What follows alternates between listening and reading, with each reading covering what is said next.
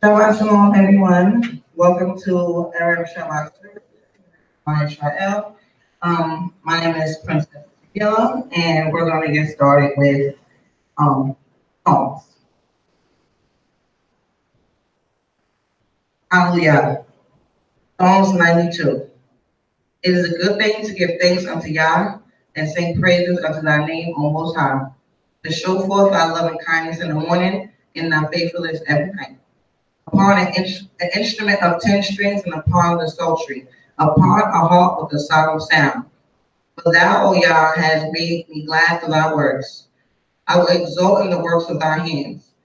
How great are thy works, O Yah, thy thoughts are very deep. A brutish man, a brutish man knoweth not, neither doeth a fool understand this. When the wicked spring up as the grass, and when all the workers of iniquity do flourish, it is they may be destroyed forever.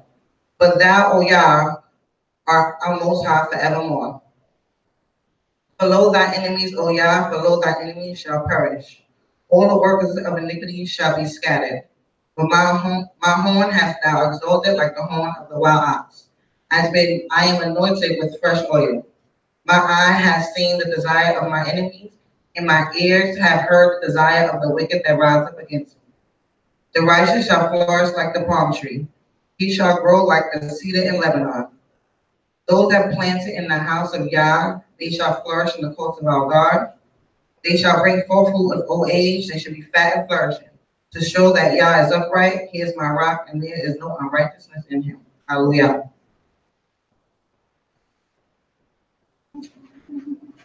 Psalms 125. Hallelujah. They that trust in Yah are in Mount Zion, which cannot be moved but abide forever. As the mountains are round about Jerusalem, so Yah is round about his people, from this time forth and forever. But the rod of the wicked shall not rest upon the lot of the righteous, that the righteous put not forth their hands unto iniquity. Do good, O Yah, unto those that be good, and to them that are upright in their hearts. As for such as turn aside unto their crooked ways, Yah shall lead them forth with the workers of iniquity, but peace shall be upon Israel. Hallelujah.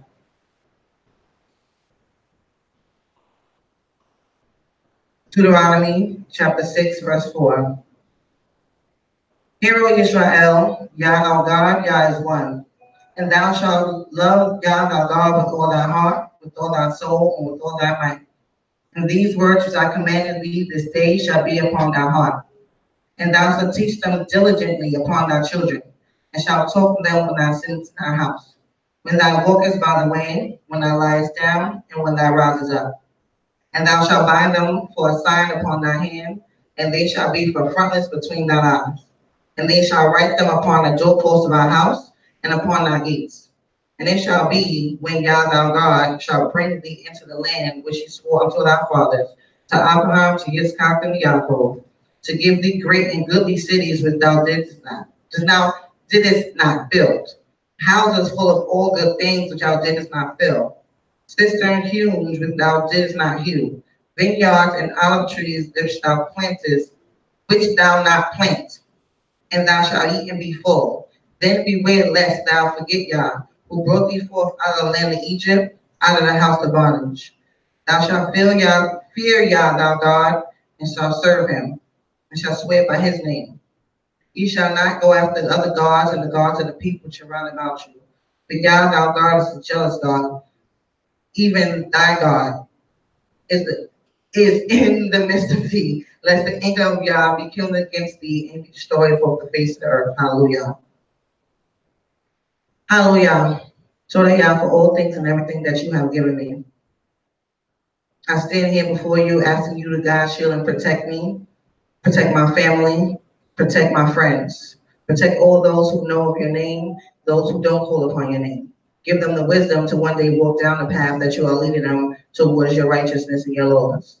I ask that you be with me and guide my words, guide what I'm going to say this evening, and I hope that I don't lead anyone astray or give any false information. I pray that you continue to be with this house of Shema Israel and give us strength and give us unity so that we can build together and be the best that we can be. Hallelujah. Amen.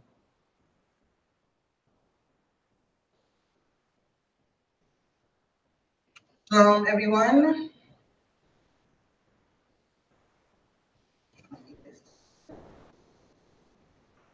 First, first and foremost, I want to give all honor and praise to the Most High Yah that woke us up this morning, and hopefully, by His will, we lay down this evening and wake up again tomorrow. Um, I want to give respect to Prince of I want to give respect to Prince Nathaniel Ben Zebulun. I want to give respect to Prince Yaakov Ben Zebulun, and I want to give respect to Prince Nathaniel Ben Lebanon.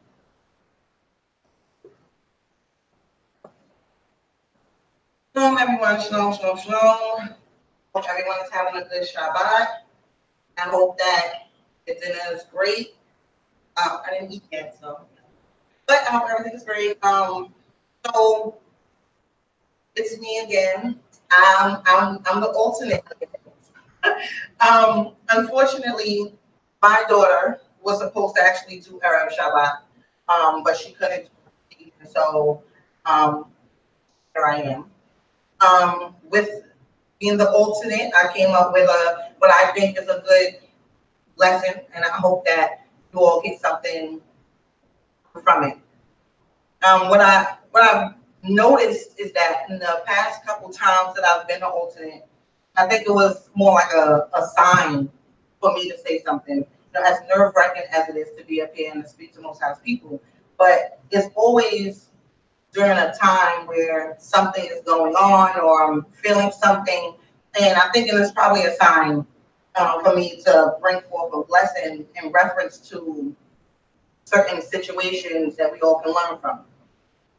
One thing that I always say, and every time that I teach, is that we have great leaders in this book, and it's a great reference for everyday life that you can find a lesson learned or some type of situation in our great history to refer to correct your wrongs or to whip you back in shape.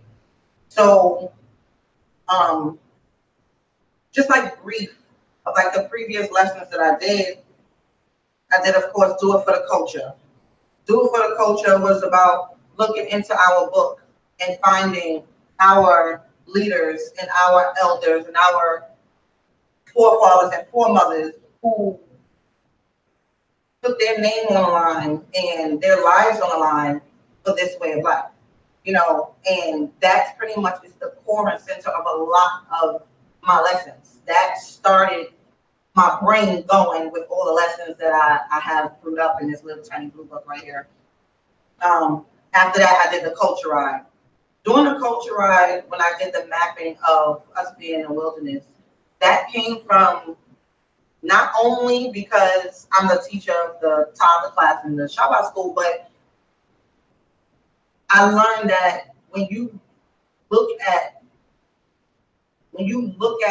the past troubles and the past pains, you learn a lot from it, and you know how to correct it, you know how to try to proceed, and that's how that lesson got started. And you learn about the ups and the downs and the bickering and the fighting and the whys and the why nots, and you know you learn a lot from that experience in the wilderness. So saying all that to say, my beginning lessons trickle down to me really, really deeping more into my studies and finding out that all throughout this book, you can learn a lesson. So, last time I taught about King Jehoshaphat because it was my birthday time and I had the thankful and grateful lesson because that's where I was, where I still am. But this week, this story literally popped in my head when I realized I had to do Erev Shabbat. And it's the story that I did before with my kids, but on a more children level. But this one, I'm going into Joshua chapter 7. In Joshua chapter 7, if anybody have their books open, if you're still eating dinner, you can just listen. I'll break it down to you, but please turn to Joshua chapter 7 and read along with me. Also, just like last time, I'm not going to sit and read the whole chapter. I'm going to break down the different verses and things of that nature. Okay. So Joshua chapter 7, verse 1. Hallelujah. But the children of Israel committed a trespass. For the son of Carmi, the son of Zabdi, the son of Zerah of the tribe of Judah, a cursed man, and the anger of the Most High was kindled against the children of Israel. Joshua sent the men from Jericho to Ai, which was beside Bethel, on the east of Bethel, and spake unto them, saying, Go up and view the country. And the men went up and viewed Ai. And they returned to Joshua and said unto him, Let not all the people go up, but let about 2,000 or 3,000 men go up and smite Ai, and make not all the people to labor thither, for they are but few. So there went up thither the people, about 3,000 men, and they fled before the men of Ai.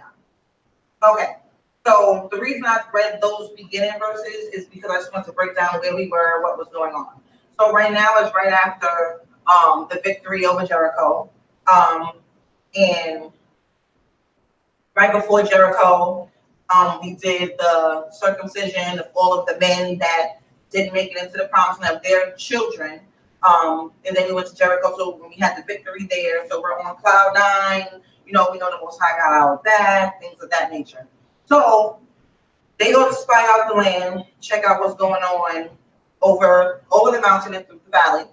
And they noticed that it wasn't that many soldiers there. It wasn't that many men. So they come back to Joshua, who's the head leader right now. And with that, the first thing that I noticed is Joshua didn't think about it. He didn't sit down and probably go to the Most High with it or anything like that. He just said, okay, handle it. And at this point, us as Israelites, we're big-headed at this point. We win almost every battle. We know the Most High got our back. We were like, we don't need all them people. Just give us about 3,000. We'll go handle this. We'll be back by dinner time. No big deal. So Joshua's like, all right, cool. I think right here the first mistake was that he didn't consult. He wasn't humble in his victories. So he went up, he sent his 3,000 men over to try to defeat the men of Ai. There was a lot of self-confidence, which we as Israelites have. We have a lot of self-confidence, and which we should. We're the people of the Lord. We should be very self-confident, right? But we also need to be very self-confident in our righteousness as well. And we can't always think that, like I say all the time, I don't know if y'all notice, all of my teachers kind of say together that the Most High is not always going to have your back if there is sin amongst you, if there is wickedness amongst you, if there is something going on that you're not correcting, if you're not right and that wrong. Oh, I forgot to tell you, the theme of my lesson today was getting the sin from amongst you. We're at the time of Yom Teruah, which is this coming Monday. It's the blowing of the horns. It's time to wake up. It's time for us to get ready to repent. It's time for us to right our wrongs and speak to our Maker, but also understand what we're trying to right and understand what we're asking for forgiveness for. That's one of the main reasons that I chose this chapter. So, sorry, I was supposed to say that in the beginning. That was the main reason why I chose this chapter. Blowing on the horn, wake up, right your wrongs, get the sin from amongst you. Okay. So again, back to the self-confidence. By all means, we should have high self-esteem, and the confidence should be through the roof, but we have to do it in our righteousness. So anyway, he sent the 3,000 men up. No big deal. Handle your business. I'll be here. So when you come back down to we go into verse 5 now. And the men of Ai smote of them, about 36 men. but they chased them from before the gate, even unto Ephraim, and smote them in the going down. Wherefore the hearts of the people melted. So us on our high and mighty man stuff, we went up there. We're gonna handle this real quick. We're gonna conquer all of this, and we're gonna come back home. But little did they know that the Most High was upset with us. From the very first verse, it maps it all out that Achan took something from another nation that he wasn't supposed to take. So already there's sin amongst us. So Most High was not with them in this journey. He was not with them. So 36 men were killed as they were running away. Not like they were in a battle. They were running away from the men of Ai, meaning that they knew that their strength wasn't there. They got to the top and they were like, we can't do this. They started to run away. But little did they know, they were a little more faster, killed them on the way down. 6. And Joshua rent his clothes and fell to the earth upon his face before the ark of the Lord until the eventide. He and the elders of Israel put dust upon their heads. And Joshua said, Alas, O my God, wherefore hast thou at all brought this before our wherefore hast thou at all brought this people over Jordan to deliver us unto the hand of the Amorites to destroy us? But it is to God we have been content and dwelled on the other side. O Lord, what shall I say when Israel turn their backs before their enemies? For the Canaanites and all the inhabitants of the land shall hear of it, shall environ us around and cut off our name from the earth. And what wilt thou do to thy great name? So these verses in Joshua's praying up to the Most High, he's asking why did you leave us? What's going on? Did you bring us here just to get killed again by these Amorites? We always talk about those cousins, right? By these people, like you letting us get killed by the hand of these people, by all people, like everyone's in the land's gonna know. You know, everyone, every nation, every brother of the brother, and the sister, and the old lady over here is gonna be talking, and everybody is gonna know, and they're gonna come to us. They're gonna think that we're weak, and they're gonna destroy us. Are you gonna let your people die? You know, so this is the way Joshua is speaking, and not understanding that it was sin and evil amongst them. And this is why this happened. And in the following verses, it talks, the Most High is talking to Joshua, telling him that there is evil amongst you. Do you think that I'm always going to be there? Do you think I'm gonna have your back if you don't have mine? Most High is, he doesn't need us, we need him. You know, so do you think I'm always going to be there? You're asking about his faithfulness when we've been faithless. You know, we've been faithless in not doing what we were told to do. So in verses 10 through 12 to 13, the Most High is basically saying, get up, get off your face. Okay, I heard what you said. Let's go. Get up. Let me tell you why those 36 men were killed. Let me tell you why I didn't have your back this one time. You know? And basically what he told them was, someone amongst you have stolen from the nations of something I told them not to do. I specifically said don't do this, and you did it anyway. Now, other battles know that, like when I did last time with King Jehoshaphat in his battle, right? And after the Most High had those men turn on each other and kill themselves and do all this other stuff, now you know what? Go down there and collect all the spoils. Take it back to your land. Take it, go buy a house. Do what you gotta do. That wasn't the order this time. It was leave it. The gold and the silver is to be offered up to me, and everything else supposed to burn, supposed to be destroyed with those people. But we got brother Achan, he decided to do something different. He decided, you know what, I'm gonna lay off. let me get this piece of gold, piece of silver, and he stole a garment. In some people's book, it might say a shinard. That's pretty much the Babylonian garments. So he stole that. He wants some new clothes to go to work with. He got some interviews coming up. He got silver and gold. You know, he lost some job. Who knows? But he decided to take this upon himself. And right there, you know, the Most High already knows what he's going to do to you. And he's the all-knowing. He knows the past, present, and the future. We living in the right now, and we thinking that we have a one-up on everything, and we don't.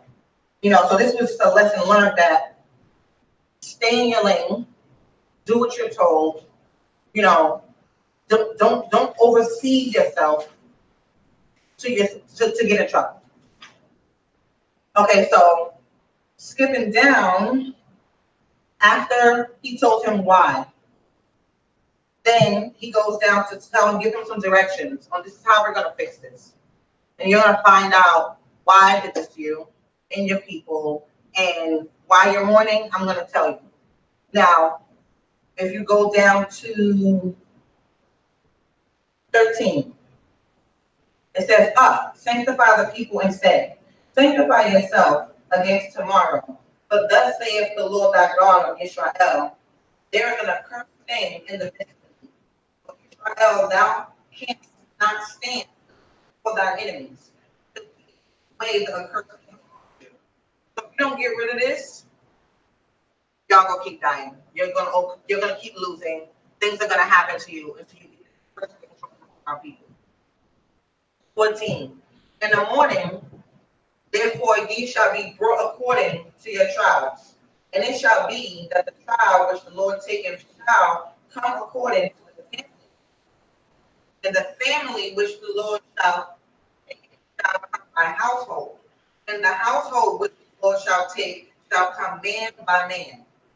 And it shall be that he that is taken with a cursed thing shall be burnt with fire, and all that he hath, because he hath transgressed the covenant of Yah, and because he hath wrought folly in Israel. So Joshua rose up early in the morning and brought Israel by the tribes. And the first tribe to be taken was the tribe of Judah. And he brought his family of the tribe of Judah. And then he took the family of the Zaharites. And he took the family of the Zaharites, he took man by man, and donkey was taken. So if you go back to the first verse, how it breaks down the genealogy, and because that's what the Most High asked for. Asked for tribe, after the tribe, the households, after the households, man by man, until we get down to that lucky winner. So lucky winner is, as we know from the first verse, is Achan. Sorry, I think it's Achan. Okay, so once we get down to Achan,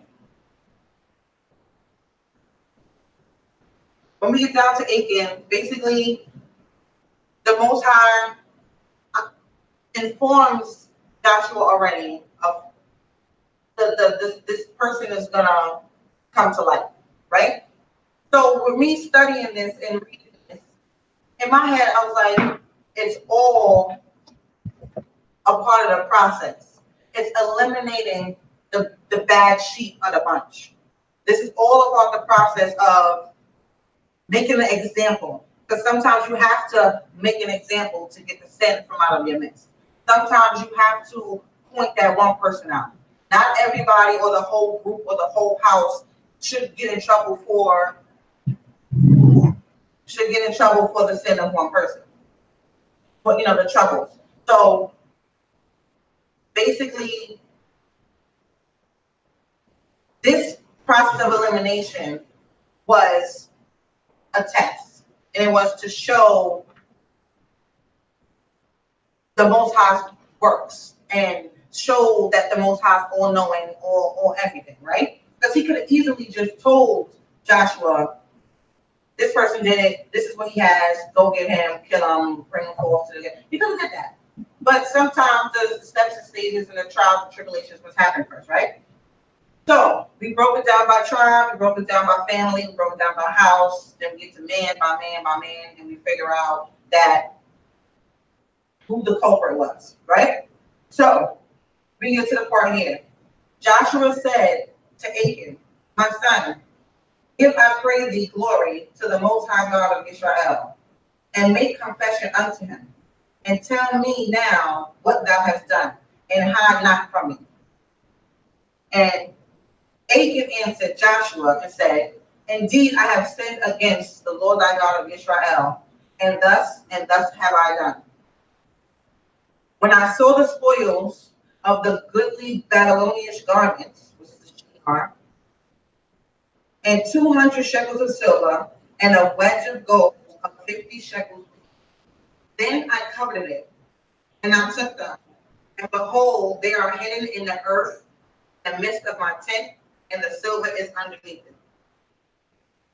Okay, so I can only imagine the scene right now when not only did Joshua find out who, now you're finding out what, but it's not just one thing. Like, you took everything, and he's probably sitting there like, you want to be a thief, so now we done lost men in the battle, all of this stuff going on, and it's like the list goes on. You took gold, you took clothes, you was being greedy, which is not the first time, and it's not the first time, of course, that us being humans try to hide stuff from the Most High. Even if you go to the very first family, when Eve eats of the fruit, gives it to Adam, they get busted. What happens? They try to hide, they try to make clothes, they try to do this. You can't right your wrongs, you can't right your sins for trying to hide or trying to be smarter than God. That's not gonna work. So after Achan is discovered and they send out messengers, Joshua sends out a messenger to where his tent is, and lo and behold, they find the gold, the silver, the outfit, shekels, everything. Everything that he said he had was there. So through this, what I got from it is that the Most High teaches us through trials and tribulations and through trials and testing, therefore that we shouldn't despise the lessons that have come before us. And let me just break that down. Everything is given to us for a reason. Even if it's not your own personal thing.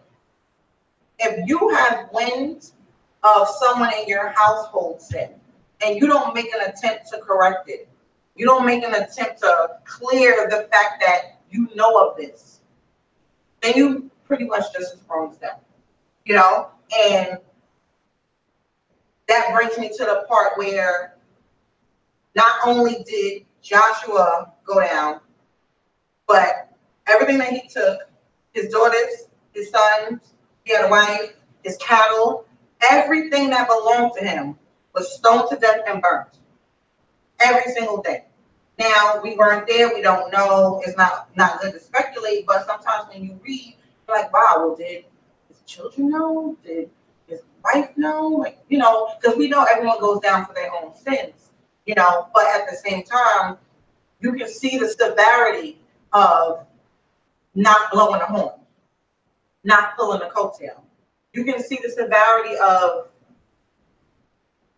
you committing sin and trying to hide it from the Most High. Penalty of death, destroyed everything that you have. You no longer, your name does not go on. You're done. You don't want that generational, sin to continue. You're a thief, becomes a thief. Everybody's a thief. We don't need that. So the severity of one small little what you think is small and disrespecting Most High's laws can lead to bigger things. And that's why I chose this lesson, being the time of Yom Teruah and being the time of Yom Kippur, it's time to blow the horn, y'all. We got enough going on where I always say this in the house when I'm talking, me and Patriarch is talking in the room, which is like, I'm not blocking my blessings. Don't block my blessings. You know, and I say that on the littlest things.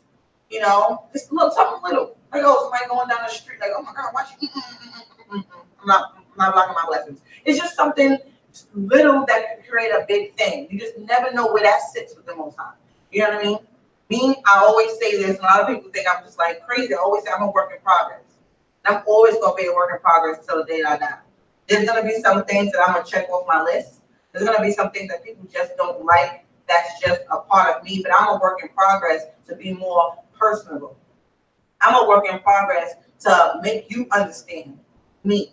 I'm a work in progress to learn to let things go. And I'm going to just be real 100 with y'all. You know, everybody goes through their stuff, right? So I've been going through some things, and another lesson of the reason why I went through, my previous lessons, even with the history with the Edomites and the Israelites. And it was like, this is family ties, this is family issues. I got that. And that was the reason why I dug deep into that research of why and who are these nations and why. And it comes down, these all came from Esau, and some of them came from Lot, who had issues with us as a righteous nation. You know, that brought a lot to me on a personal level because I got those same issues. I have family stuff, people I don't talk to, they don't talk to me, things of that nature. So reading this book really created me to say, I'm a work in progress. And I'm going to be a work in progress until the day I die. I'm going to be a work in progress until the Most High sees fit to give me a sign that I'm doing a good job. You know, I'm always work on myself. You know what I mean? So clear up your issues with yourself. You can't use this time of year to run and apologize. You can't use it. You can't do it. It's fake. It's real fake. I grew up in this way of life, and it's fake. You gotta clear your issues with yourself, with the Most High, to give you the courage and the righteousness, and to give you the mindset of what you're apologizing for, you're really sorry for. Like, you really, really know that was messed up. That's what you need to work on. We should have worked on that like 2, 3, 4 months ago. So by this time came, you was ready. But if you didn't do that, get ready today.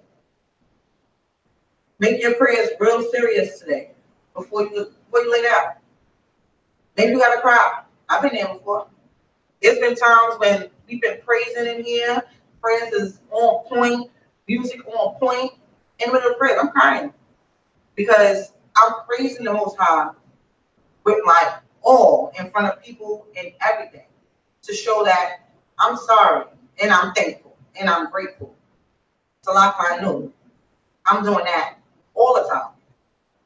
And it's no shame in your game, male or female, but you gotta do that. You gotta get the sin from without your midst. And like I said, if it's not necessarily your sin, if you see something in your house with your children, your wife, your husband, your daughter, your son, your father, your mother, you need to pull those coattails. You don't want any of that to be an umbrella blocking your blessings.